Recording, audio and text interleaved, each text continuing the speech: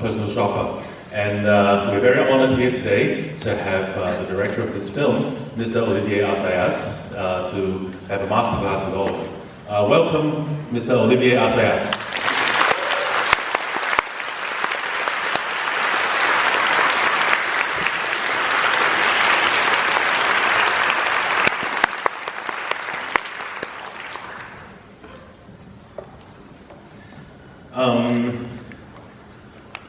I was first talk to you, ask you a couple of questions about the film, and then perhaps later I will let the audience ask you questions directly.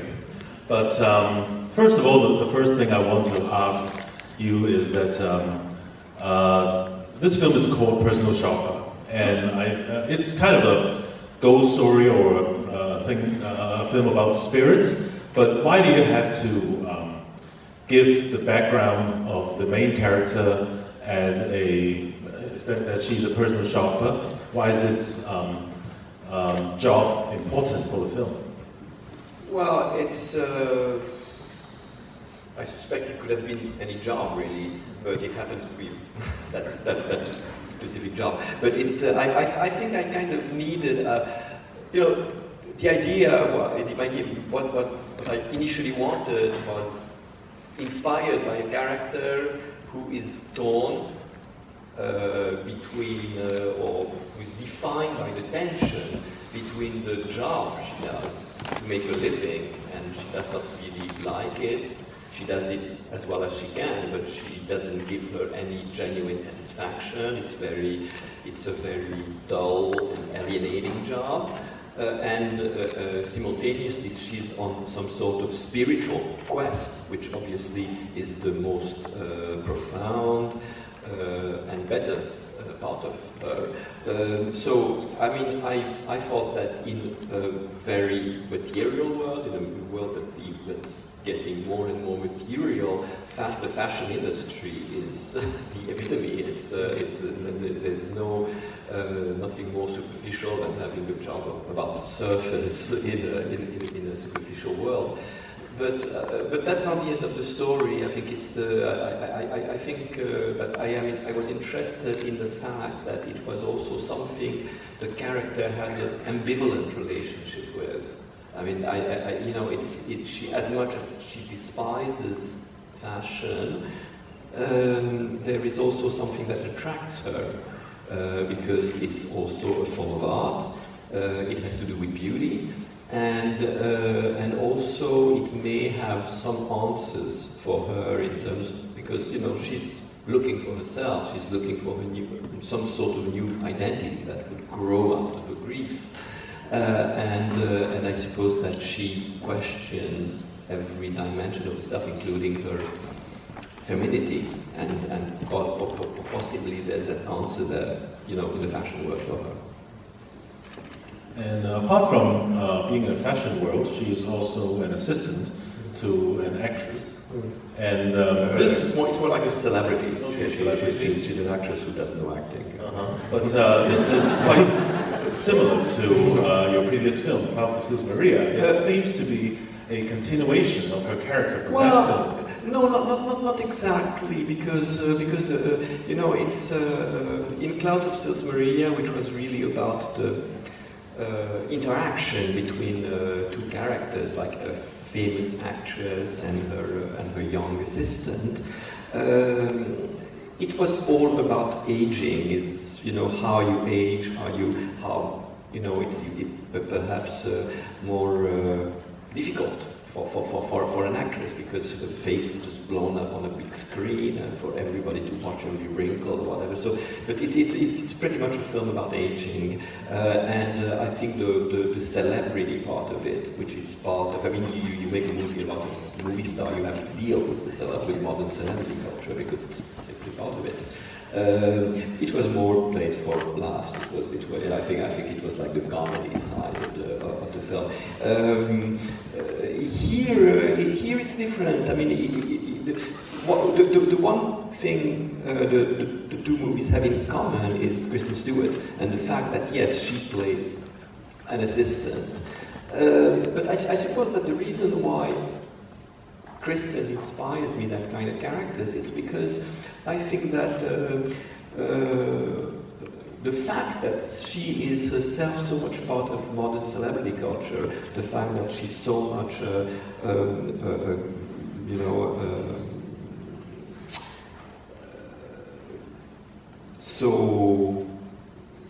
so part of that kind of scandal internet culture.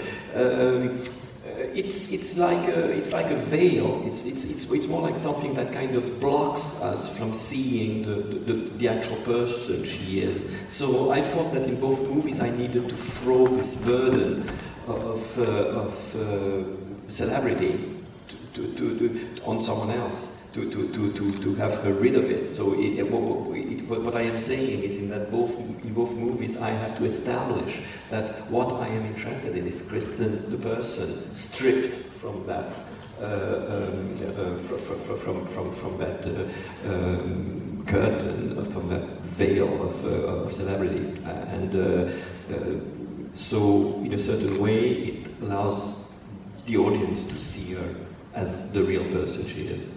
Is this part of the reason why there is a scene that Kristen has to unclothe and then put on celebrity clothes in the middle? It's not so much celebrity clothes. It's something that makes somehow it's a step behind accepting her femininity or something like that. I mean, she's very tomboyish, and I think part of looking for herself, it includes questioning her own desires, her own fantasies maybe, and also how she has how eventually there's a possibility of transforming herself that way.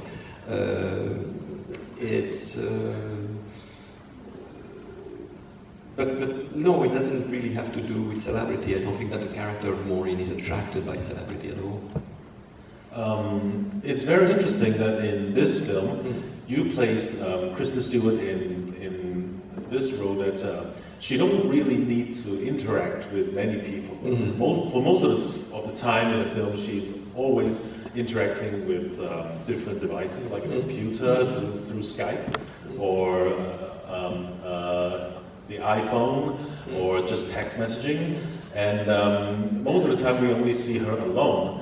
Perhaps in a house, in a hotel room, with the clothes, which would be, I guess, would be very difficult for Kristen to grasp. And actually, there are many emotional scenes during these scenes. Is it difficult to direct her, or how do you collaborate with her in this? Well, the film is very much about loneliness. And it's about some specific sort of ultra-connected modern loneliness. It's like now. I think that the way we use our screens and the way we use our smartphones, in terms of how they connect us to our family, friends, relations, whatever, and also how it kind of adds an externalized additional memory to our brains, is a major transformation in terms of the human identity, and in a certain way, it kind of redefines also what we call loneliness. But yes, in this film, it was I think it was very challenging for Kristen. It's very challenging to go through the emotions of Maureen, and it's also very challenging to keep that kind of intensity when you don't really have an actor in front of you, but you have, again, a phone screen or something invisible lurking around you that you have to imagine.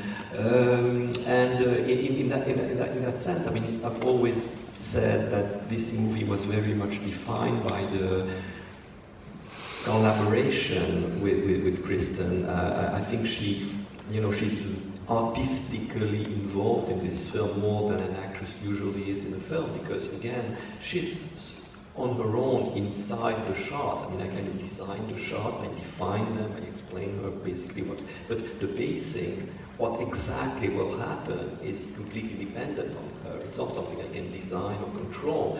It's really something that she's creating on her own within the shot. So in that sense, it's her intuition are essential to what is going on and how the audience will interact with the film.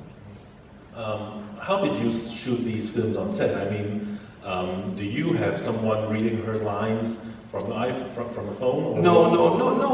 She was actually receiving. We had like a prop man with a phone who was sending messages. Actually, the text messaging she's reacting to messages that are actually arriving on her on her phone. But this was so absurdly complex because it sounds simple when we say it like that. But for instance, when I was filming her, when she was receiving those text messages, I had no idea what exactly was going on the screen, right? Because I only have a video of what the camera is recording. So it's only in the editing room that I kind of figured that, oh, here she's reacting to that line, here she's reacting to that other line. Oh, now I understand what she was doing, because when I was watching it, I only understood half of what she was doing in those scenes.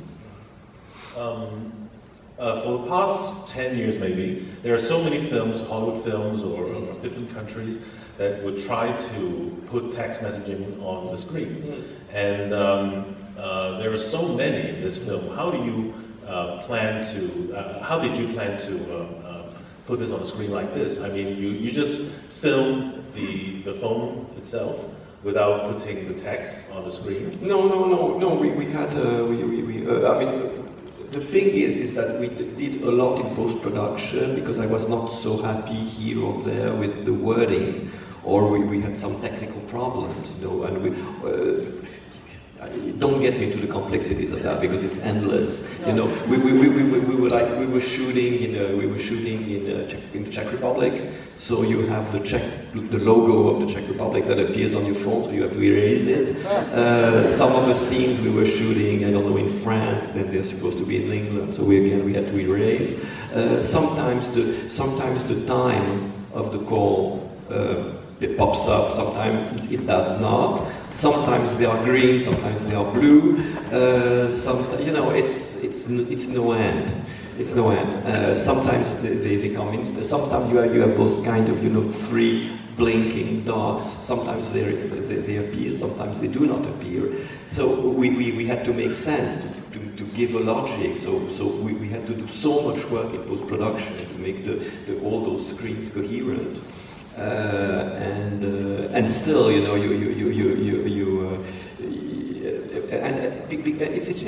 really interesting the way, because when you mention that it's not been done that much, it genuinely has not been done that much in the sense of I can't think of a movie where you would have the actual tension or the actual dynamics of a real text messaging conversation. They use as plot points or just as a narrative device the text message, but it's not exactly the kind of specific tension you have when you're having a text messaging conversation. And it's really interesting because people have a very intimate and very personal and very jealous relationship to their own relationship. So it's so funny. I don't really read much press, but there was some guy who was having some kind of geek, blog on some website who said, well, let's check how they did in representing the text messaging. So this they get right, this they don't get right, and of course it's totally impossible that she receives text messages when she's on the train. And I kind of had a double take. What do you mean? People don't receive text messages on trains? What do you mean? You generate strange reactions. I think the scene that works the best through text messaging is the one where when she turns on the phone again, and then the guy just tells her to go to a hotel, and then he's coming, and then 3 minutes ago he said he's coming up, and then he says at the door. It's so presented so well that it's like a thriller of the best kind, but it doesn't have to be very, very difficult to use the shots. It's just simply text messaging. Yeah, but it has to be the right pace. I mean, we redid that shot like many times to get it right, to get the pacing of the text messages right, and we ended up speeding it up, then slowing it down, and so that you have this kind of strange flicker, which also is part of the tension of it. You have very subtle. I mean, the viewer has very subtle reactions so you have to be extremely precise, and the fine tuning of those shots is but that scene also does have that tension, because basically it's the tension that has been building up in the film for a while at that stage. So are you a person who likes to use text messaging or other devices a lot? That's why the film has a lot of it in Who texts? I do. I think that most people do text. I think it's become part. It's not. It's part of how we communicate. It's part of how we live. It's part of how we work. It's become part of our lives, and it's disturbing because it became such an intimate part of ourselves.